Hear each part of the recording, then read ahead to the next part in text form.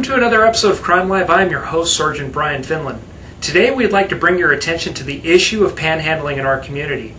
Many of you have seen people asking for money near busy shopping centers, freeway overpasses, or near intersections. Some of you may have even given your hard-earned money to these folks, believing that it's going to a legitimate purpose. We think you'll be surprised. Take a look.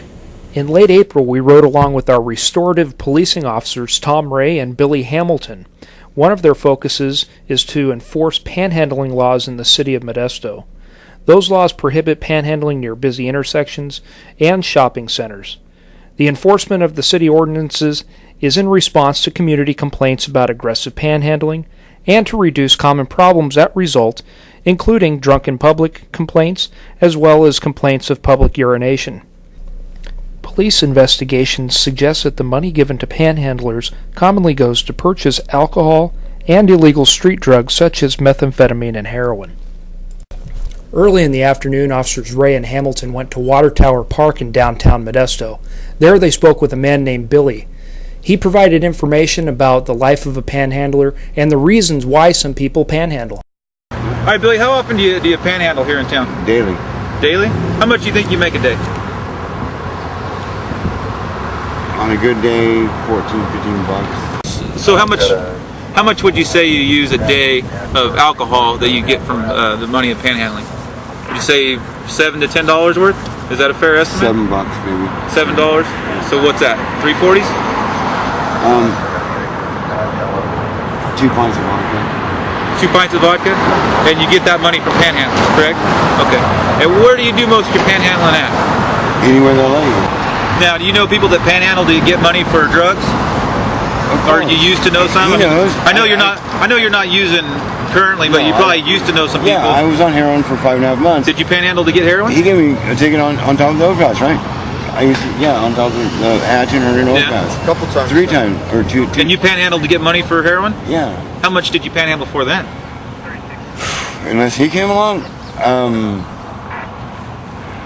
50, 75 bucks a day, and then it all goes to the connection. What was your best day up on the overpass there?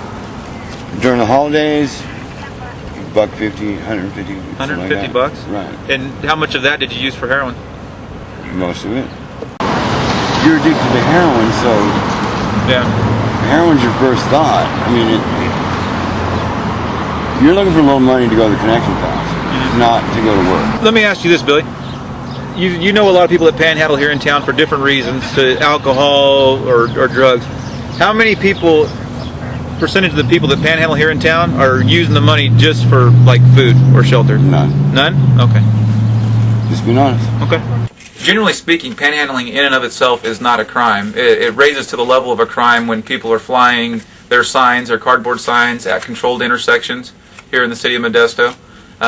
If they're doing it within 20 feet of an ATM machine, if they're soliciting near outdoor lines for movie theaters, outdoor eateries, if they're being aggressive at panhandling, using vulgar language, following you around, continually following you after you've told them no, this is when panhandling becomes a crime and it's a misdemeanor. I find that the panhandlers most of the time are not using the money for legitimate purposes or the purposes that they're stating for when they panhandle for the money. Most of the time a panhandler will play on people's emotions and say he's homeless and hungry or a war veteran or something of that sort. Many times they are homeless, but the majority that I talk to know where they can get their 3 meals a day here in town. They know where the Salvation Army shelter is and the Gospel Mission, and 99.9% of the ones that I talk to are using the money to support alcohol or drug problem. What we suggest doing if you're approached by a panhandler here in the city of Modesto is to just politely and firmly tell them no, that you're not going to give to them. If you feel the need that you need to explain to them on why you're not going to give, we've partnered with United Way and their 2-on-1 campaign and developed these cards that have all of the services available, which I spoke about earlier, here in the city of Modesto, which are the shelter, the Gospel Mission, and it's all the food services that are available here in town. And these are available at the United Way, as well as many of the businesses downtown have these I'll bring one subject to case. He panhandles every day in the downtown Modesto area near the freeway overpass. He generally panhandles for probably $15 to $20 a day. What he does with his money is he goes and buys vodka and gets drunk to the point where he's fallen down, getting injured. He's been to the hospital probably 50 times over the last 2 years, and just in the last 2 years alone has incurred well over $400,000 in medical bills at Doctor's Medical Center. That's just doctor bills alone, not counting ambulance rides and everything else drain that he is on the community. If you feel the need to give to panhandlers or people in need, we suggest that you give to some of the local charitable organizations such as United Way, the Salvation Army, and the Gospel Mission.